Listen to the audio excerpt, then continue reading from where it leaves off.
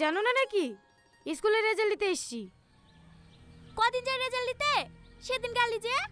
সেদিন পাইনি। ঠিক আছে লেলি, তাড়াতাড়ি বাড়ি আয়। কেনে?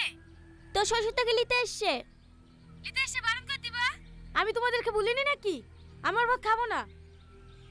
আমি ওসব কিছু বলতে পারবো না, তুই এসে বল। বৌমা কি বলছো বোন? দেখি আমাকে দেন। হ্যালো সালমা, কখন আসবা মা? আমি তোমাকে নিতে এসছি। বাবু বাড়ি চলে এসছে যে। বাড়ি চলে এসে তো আমি কি করব? আমি আপনার ছেলের ভাত খাবো না। এসব তুমি কি বলছো মা? স্বামী স্ত্রীর মধ্যে একটু ঝামেলা হতেই পারে, তাই বলে ভাত খাবো না বললে হবে? টনি কি কিছু বলেছিস তোমাকে? ও আর কোনো দোষ থাকলে বলো, মেরে ঠ্যাং ভেঙে দেবো। ও আবার কি দোষ করবে? যে স্বামী বয়স সকালে পূরণ করতে পারে না সে স্বামী আমার দরকার নাই। ডিভোর্স পেপার পাঠিয়ে দেবো, আপনার ছেলেকে সই করে দিতে বলবেন। আমি আর আপনার ছেলে ভাত খাবো না। রাখছি। হ্যালো হ্যালো হ্যালো বৌমা,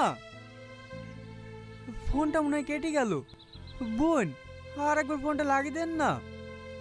ছেড়ে দেন ভাই, মেয়ে যখন যেতে চাইছে না, আপনার ছেলেকে বলেন গা ছাড়ছুড় করে নিতে। জোর করে তার সংসার করানো যায় না। এই সামেত চ। আর একবার বৌমাকে ফোনটা লাগিয়ে দিলে হতো না? কি বারবার অপমানের যাসি? ওরা বলছে তো ডিভোর্স দিয়ে দেবো। দেশে কি মেয়ের অভাব নাকি?